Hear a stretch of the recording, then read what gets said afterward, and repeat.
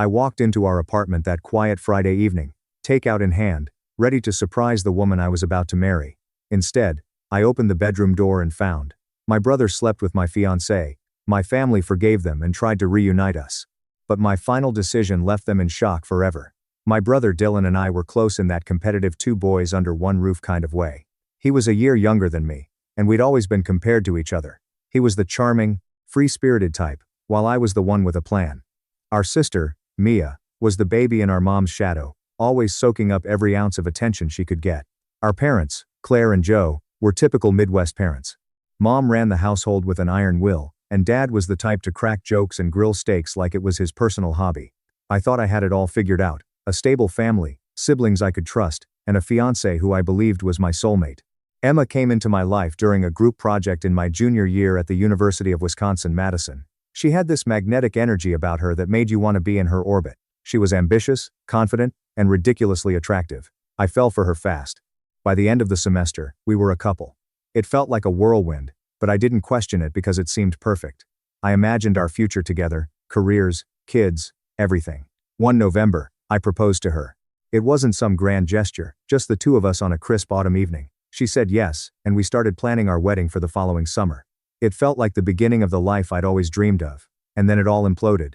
In March, I had a random slow Friday at work. I decided to surprise Emma with her favorite takeout and spend the evening together. When I walked into our apartment, everything felt off. Her shoes were by the door, but the place was eerily quiet, except for faint laughter coming from the bedroom. My stomach tightened. Something felt wrong, but I brushed it off, thinking maybe she was watching a funny video or on the phone with a friend. When I opened the bedroom door, my world shattered. There they were, Emma and Dylan, tangled up in bed. Emma was wearing the oversized t-shirt I had given her for Valentine's Day, the one with the cheesy heart print. It wasn't hard to put two and two together. They froze, both of them looking like deer in headlights. It's funny how silence can say so much. The air in the room felt heavy, suffocating. Dylan, my own brother, had the audacity to say, "It's not what it looks like." I stared at him, almost laughing at the ridiculousness of it. Emma didn't say a word, just scrambled to cover herself with a blanket like it would erase what I'd just seen. I didn't yell. I didn't ask questions. What was the point? The evidence was right in front of me. I looked at Emma and said, "Pack your stuff and get out." My voice was calm, steady. I wasn't about to give them the satisfaction of seeing me lose it. Dylan tried to speak something about how it just happened, but I cut him off. "You're dead to me," I said. I wasn't interested in hearing his excuses or fake remorse. There's no "it just happened" when it comes to sleeping with your brother's fiancée. I walked out. I didn't wait for an explanation or a pathetic apology. I grabbed my keys and drove to a friend's house that night. As I stared at the ceiling, the reality of it all sunk in. My fiancée, the woman I planned to marry, and my brother, someone I trusted, had betrayed me in the worst way possible. It wasn't just about the cheating. It was the fact that they'd both actively chosen to destroy something I valued so deeply. The day after I caught Emma and Dylan, I didn't think things could get worse. But of course, they did. While I was at work, Emma moved out of the apartment. I'd already told her to pack her stuff and leave, so I figured that was the end of it. But when I came home that evening, there was a note on the counter sitting right where we used to keep a framed picture of us. It was short, but not sweet. She wrote that she fell in love with Dylan and never meant to hurt me, followed by some garbage about hoping I could find it in my heart to forgive them. She had the nerve to finish the note with, "I hope you can still be happy for us one day." Happy for them? I wanted to laugh, but it wasn't funny. It was infuriating. I crumpled the note and tossed it in the trash. There was nothing left to say to her. The apartment felt eerily quiet without her stuff, but I didn't care. I wanted her out of my life as fast as possible, and now she was. My family found out what happened within a few days. I didn't tell them. I'm guessing Emma or Dylan spilled the beans. My mom Claire called me immediately. She was furious. Not at me, but at Dylan. She kept saying how she couldn't believe her own son would betray me like that. "He's not welcome here," she said over and over again. At first, it felt good to have her on my side, but I wasn't naive enough to think it would last. My mom's loyalty has always been conditional. She's the type who prides herself on keeping the family together, even if it means sweeping massive betrayals under the rug. I figured it was only a matter of time before she started defending Dylan. My dad Joe was a different story. When I finally answered one of his calls, he didn't say much. He just sighed and said, "Well, I guess things like this happen sometimes." I couldn't believe it. He wasn't angry, upset, or even surprised. He treated it like Dylan spilling coffee on my shirt instead of nuking my relationship and my trust in him. Mia, my younger sister, tried to be supportive, but I could tell she was conflicted. She'd call to check on me and say she couldn't believe what Dylan and Emma did, but there was always hesitation in her voice. She was caught between me and the rest of the family, and it was obvious. For weeks, I ignored most of their calls. I didn't have the energy to rehash what happened, or hear excuses about why I should let it go. Instead, I threw myself into work. It was the only thing keeping me sane. My boss, Kevin, noticed I was putting in extra hours and asked if everything was okay. I didn't tell him the full story, but I admitted I was dealing with some personal stuff. That's when he mentioned the Indianapolis office. Apparently, they'd been struggling to find someone to lead the team there, and Kevin thought I'd be a perfect fit. It was a promotion and a chance to get out of Milwaukee, far away from Emma and all the mess they'd created. I didn't hesitate. I told him I was interested. When I told my parents about the relocation, my dad just said, "Good for you. A fresh start might be what you need." My mom, on the other hand, acted like I'd announced I was moving to Mars. She cried and begged me to reconsider. "What about family dinners? What about Christmas? You can't just leave us behind, Alex," she said. I told her I wasn't leaving them behind. I was leaving Dylan behind. "He's not part of this family anymore," she said firmly. But I didn't believe her. My mom has a way of saying one thing and doing the exact opposite when it suits her. By July, my gut feeling was proven right. Dylan was back in the house. My mom called me one evening, casually dropping that they decided to let him come home for a while because he had nowhere else to go. She acted like it was no big deal, like she wasn't inviting the person who had betrayed me into her home while still expecting me to show up for Sunday dinners. I didn't even try to hide my anger. I told her it was a slap in the face that she was choosing him over me. She tried to justify it, saying, "He's still my son, I can't turn him away." I snapped back. "Well, he's not my brother anymore, and I don't want anything to do with him." That's when she started her family unity campaign. She went on and on about how we needed to heal and move forward as a family. It was all code for just forgive Dylan so I don't have to feel guilty about letting him back in. I wasn't having it. I told her plain and simple that I wasn't interested in healing or pretending things were okay. "You want unity? Then maybe stop rewarding the person who blew everything apart," I said before hanging up. After that, I kept my distance. I was busy preparing for the move to Indianapolis. Anyway, I found a place, packed up my apartment, and started fresh in a city where no one knew my family or my past. Leaving Milwaukee wasn't easy. I had good memories there, and part of me felt like I was letting Dylan and Emma win by leaving. But staying would have been worse. Every street, every restaurant, every shared memory, it all reminded me of what I'd lost. Moving was the only way to truly start over. By the time I left, I'd all but cut ties with my family. I wasn't answering their calls or responding to their texts. Even Mia's attempts to stay neutral didn't matter anymore. They'd made their choice by letting Dylan back in, and I'd made mine by leaving them behind. I didn't know what the future would hold, but one thing was clear: I was done being the good son who always put family first. From now on, I was putting myself first. By September, I had gotten comfortable with my new life in Indianapolis. Cutting ties with my family had been the best decision I'd made, even if it wasn't an easy one. Work was going well. I'd started to make some new friends, and the distance from all the chaos was exactly what I needed. Then, my mom, Claire, called me. It was her birthday coming up, and she wanted me to come home to celebrate. I hesitated. My relationship with her had been strained ever since she let Dylan back into the house. But she kept pushing, saying it would be just the immediate family and that she missed me. Against my better judgment, I agreed. The drive to my parents' house was long, giving me way too much time to second-guess my decision. I told myself I was doing this for my mom, even if she had disappointed me. Maybe it wouldn't be so bad if it was just her, my dad, and Mia. When I pulled up to the house, I immediately knew something was off. There were way too many cars parked outside.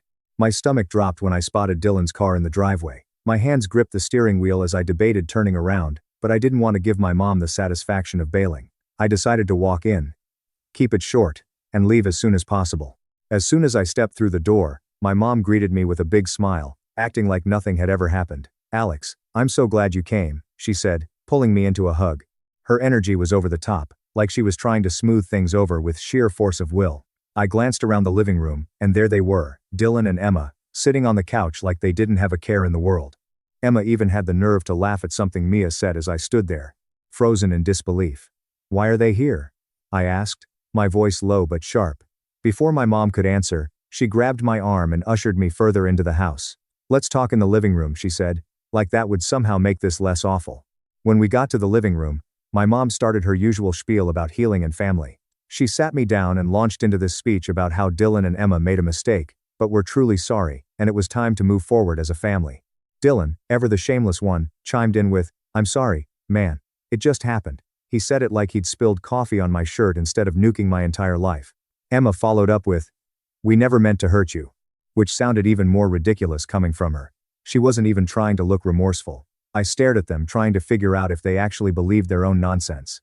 The fact that they thought this was even remotely fixable was almost laughable. I leaned forward, looked Dylan dead in the eye, and said, "You're a pathetic excuse for a brother."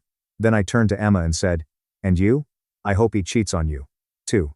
You deserve each other." The room went dead silent. My mom started to say something, but I didn't give her the chance. I stood up, looked her square in the eye, and said, "Enjoy your golden boy, don't call me again." As I walked out, I could hear my mom trying to calm everyone down, saying something about how I'd come around. Eventually, Dylan didn't say a word, and Emma just sat there. I got into my car and drove off without looking back. My mind was racing. How could my mom think this was okay? How could she expect me to forgive and forget like this was some minor disagreement instead of a betrayal that ripped my life apart? I spent the rest of the day trying to cool off, but I couldn't shake the anger. I kept replaying the scene in my head, wishing I'd said even more. Part of me wanted to call my mom and unload everything I was feeling, but I knew it wouldn't make a difference. She'd already made her choice when she welcomed Dylan and Emma back into her life. That night, I blocked her number. I blocked Dylan's too. Even though he hadn't reached out in months, I figured it was only a matter of time before he or Emma tried to clear the air again, and I didn't want to deal with it. For the next few weeks, I kept to myself. Work became my escape, and I threw myself into every project I could find. My coworkers probably thought I was just super dedicated, but the truth was, I didn't know how else to channel my frustration. I stopped checking social media too.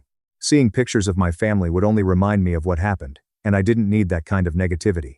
I told myself I was better off without them, but it still stung to know that the people I once trusted most had let me down so completely. Eventually, I started to feel a little better. The distance was helping and I was slowly rebuilding my life.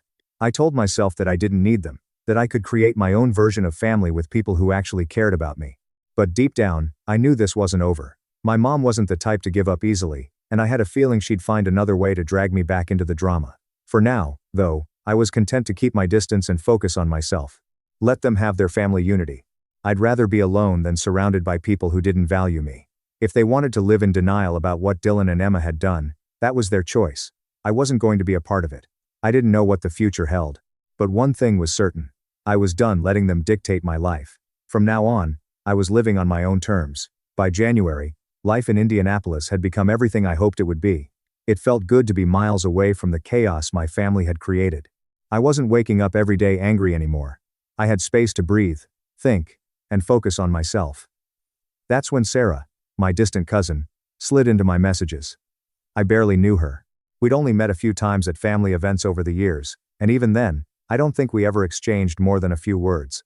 So, when she messaged me out of nowhere, saying she was moving to Indianapolis and could use some help settling in, I was skeptical at first. I debated ignoring her message entirely. My family had proven time and time again that getting involved with them, even peripherally, was a mistake, but part of me felt bad.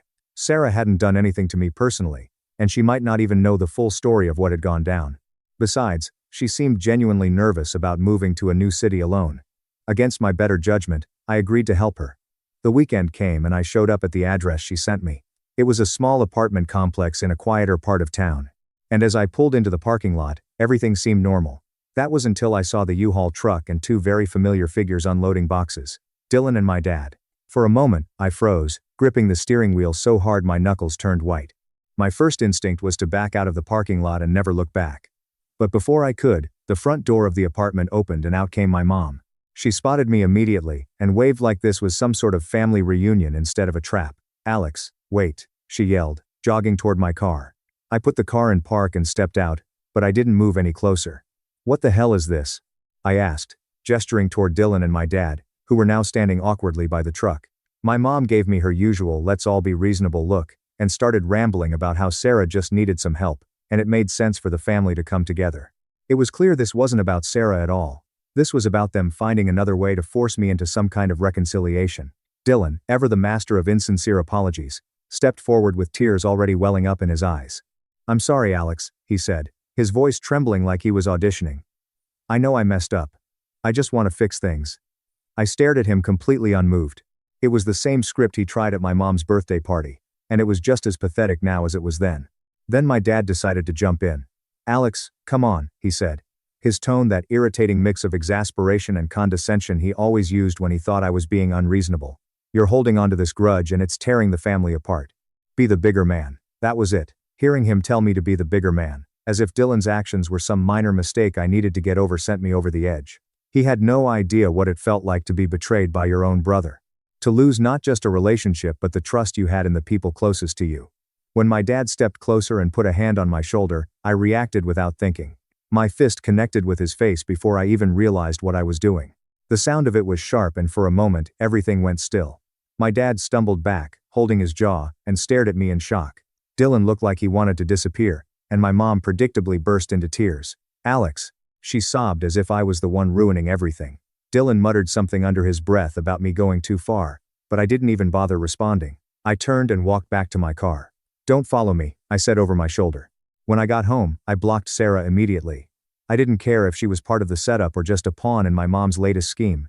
Either way, I wanted nothing to do with her. That night, I sat on my couch trying to process what had just happened. I wasn't proud of losing my temper, but I didn't regret it either. My dad had crossed a line, and if a punch to the face was what it took to make them understand that I wasn't going to be manipulated, so be it. The worst part was that this wasn't even surprising. My mom had always been willing to bend over backward to protect Dylan, no matter how much damage he caused. And my dad was more concerned with keeping the peace than actually addressing the problem. I wondered how long they'd been planning this. Had they been talking to Sarah for weeks, convincing her to reach out to me, or was it a last-minute idea? Either way, it didn't matter.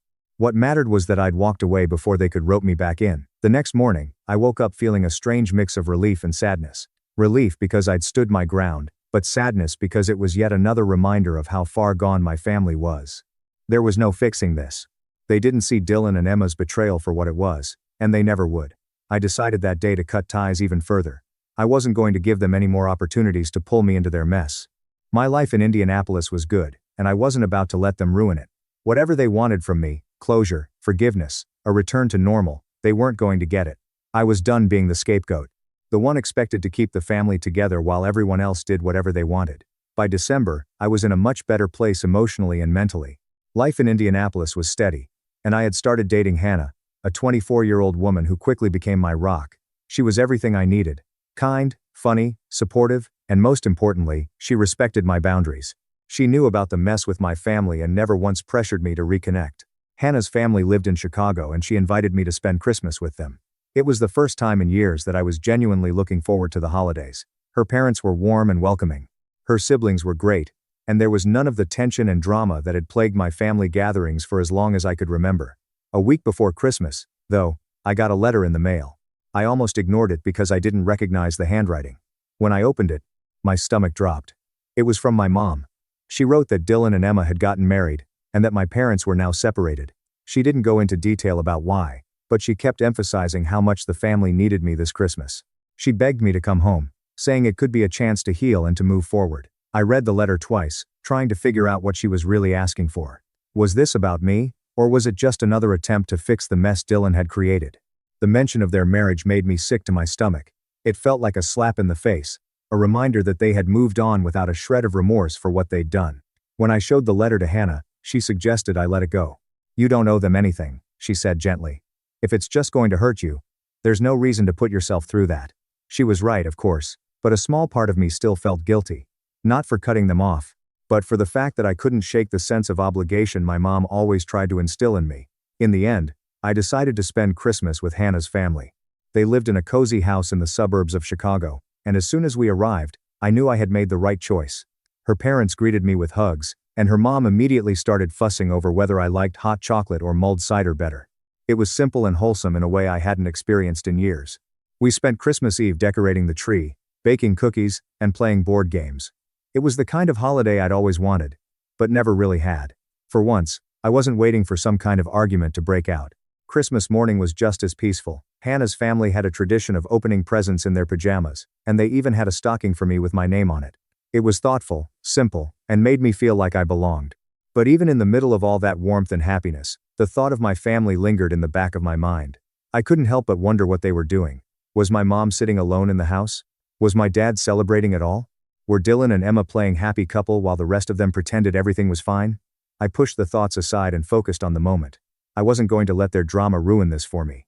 In January, Just as I was settling back into my routine, I got an email from Mia. I hadn't heard from her in months, so seeing her name in my inbox was a surprise. Against my better judgment, I opened it. Mia wrote that my dad was now living in a motel, and that Dylan and Emma were struggling financially. She didn't go into too much detail, but she hinted that Dylan's work situation wasn't stable, and that Emma was apparently unhappy in their marriage. I stared at the screen, trying to figure out why Mia thought I needed to know any of this. Was she looking for sympathy? Did she expect me to swoop in and fix things? If so, she was going to be disappointed. I didn't respond to the email. What was I supposed to say? Sorry to hear that, but it's not my problem. I wasn't going to get dragged back into their mess. No matter how bad things got for them, they had made their choices, and now they had to live with the consequences. Still, a part of me felt vindicated.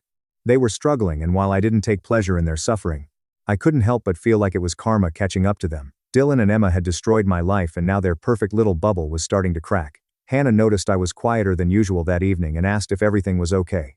I told her about the email and she just nodded, her expression soft but firm. You've done the hard work of moving on, she said. Don't let them pull you back in. She was right. I had spent too much time rebuilding my life to let their problems derail me now. The next morning, I deleted Mia's email and blocked her address. It wasn't easy, but it was necessary. I wasn't going to let them use guilt or pity to worm their way back into my life. That Christmas with Hannah's family felt like a turning point. For the first time, I realized what it meant to be truly free of the toxicity I had grown up with. I didn't need my family's approval or their validation. I had found people who cared about me for who I was, not for what I could do for them. The chaos of my past wasn't going to define me anymore. I had built a new life, and I wasn't looking back. By June, I was feeling good about how far I'd come. My life in Indianapolis was stable, my relationship with Hannah was growing stronger every day, and my family was nothing but a distant memory. I had blocked them all, ignored every half-hearted attempt to reach out, and focused entirely on myself. But of course, they weren't done with me. One Saturday morning, I was getting ready to head out for a run when I heard a knock at my door. I wasn't expecting anyone, and when I looked through the peephole, I froze. It was Mia. I hadn't seen her in over a year, and for a split second, I considered pretending I wasn't home. But eventually, I opened the door. She immediately started crying. Alex, I'm so sorry, she said, stepping into the hallway before I could invite her in. I should have stood up for you more. I should have done more. Her words caught me off guard. For so long, Mia had been this passive presence in my life. Someone who never outright hurt me, but never really defended me either. Hearing her take responsibility was unexpected, and I wasn't sure how to respond. I cut ties with Dylan and Emma, she continued. And Mom, I just couldn't take it anymore. I folded my arms and leaned against the doorframe. What do you want, Mia? I asked. She hesitated, wiping her eyes. I just want to talk. Dad wants to talk, too. Can we meet, please? I should have said no. Every instinct in my body was screaming at me to shut the door and move on with my day. But there was something about the way she looked at me, pleading, desperate, that made me pause. Against my better judgment, I agreed. A few days later, we met at a quiet diner on the edge of the city. Mia was already there when I arrived, sitting with our dad, Joe. I hadn't seen him since I punched him in the face outside Sarah's apartment, and the tension between us was palpable. He stood up as I approached, extending a hand. I didn't take it. Instead, I sat down across from them and waited for one of them to speak.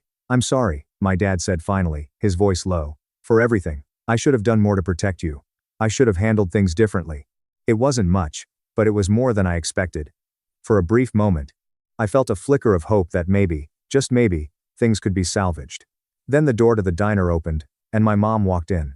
I tensed immediately, and my dad had the decency to look embarrassed. She wanted to come, he said, as if that excused blindsiding me. And of course, right behind her were Dylan and Emma. I stood up, ready to leave, but Mia grabbed my arm. Please, Alex, just hear them out, she said. That was it for me. I stood up, cutting my mom off before she even started talking. You're not my family anymore, I said, my voice cold and steady. You want forgiveness? Find someone else to manipulate. I'm done. I threw some cash on the table for my coffee and walked out, ignoring the voices calling after me. That was the moment I knew there was no going back. They could beg, plead, and cry all they wanted, but I was done being the scapegoat for their dysfunction. Now, at 28, I feel like I've lived several lifetimes since the chaos of my family unfolded. When I look back at everything that's happened, it almost doesn't feel real, like it was someone else's life. But the scars remind me it was all too real. The good news, I've come out stronger, wiser, and surrounded by people who actually care about me. Hannah and I got engaged last year. It was nothing fancy, just the two of us at our favorite park in Indianapolis.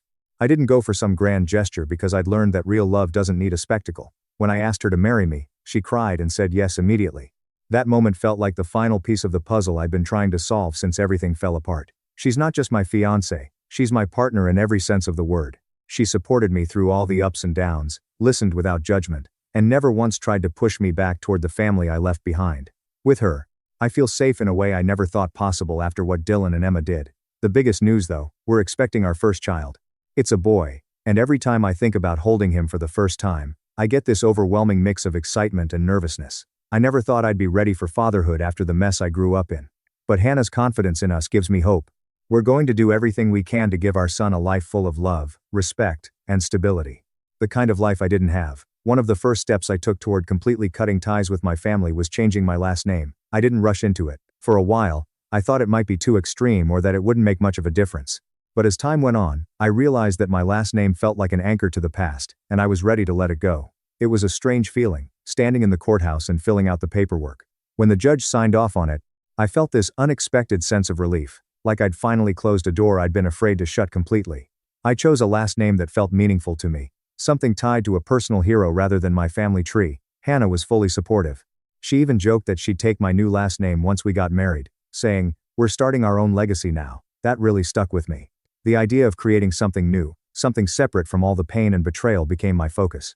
I've heard bits and pieces about what's been going on with my family since I cut them off, not because I seek it out, but because mutual acquaintances sometimes slip up and mention it. Apparently my parents are officially separated now. My dad is living in a tiny rental on the outskirts of town, and my mom is still in the family house trying to keep up appearances. Dylan and Emma, let's just say karma hasn't been kind to them. They're drowning in debt, and from what I hear, their marriage is on shaky ground. Emma lost her job, and Dylan's work situation is far from stable. The irony isn't lost on me. After everything they did to tear me down, they're the ones struggling to keep their heads above water. As for Mia, her fiancé left her a few months before their wedding. I don't know the details, and honestly, I don't care.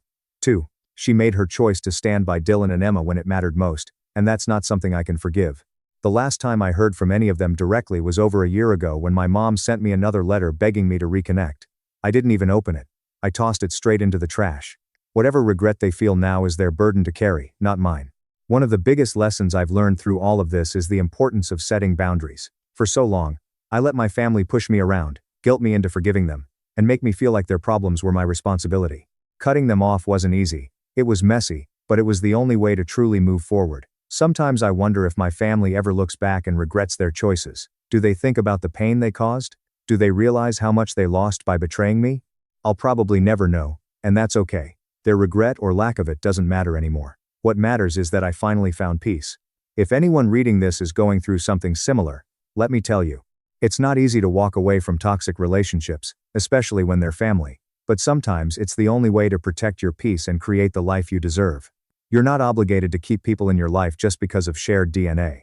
I've learned that family isn't about blood. It's about the people who show up for you, support you, and love you unconditionally. And with Hannah by my side and our little one on the way, I finally have the family I've always. Thank you so much for watching until the end. If you really like our videos, please don't forget to like, share, and subscribe. Have a great day.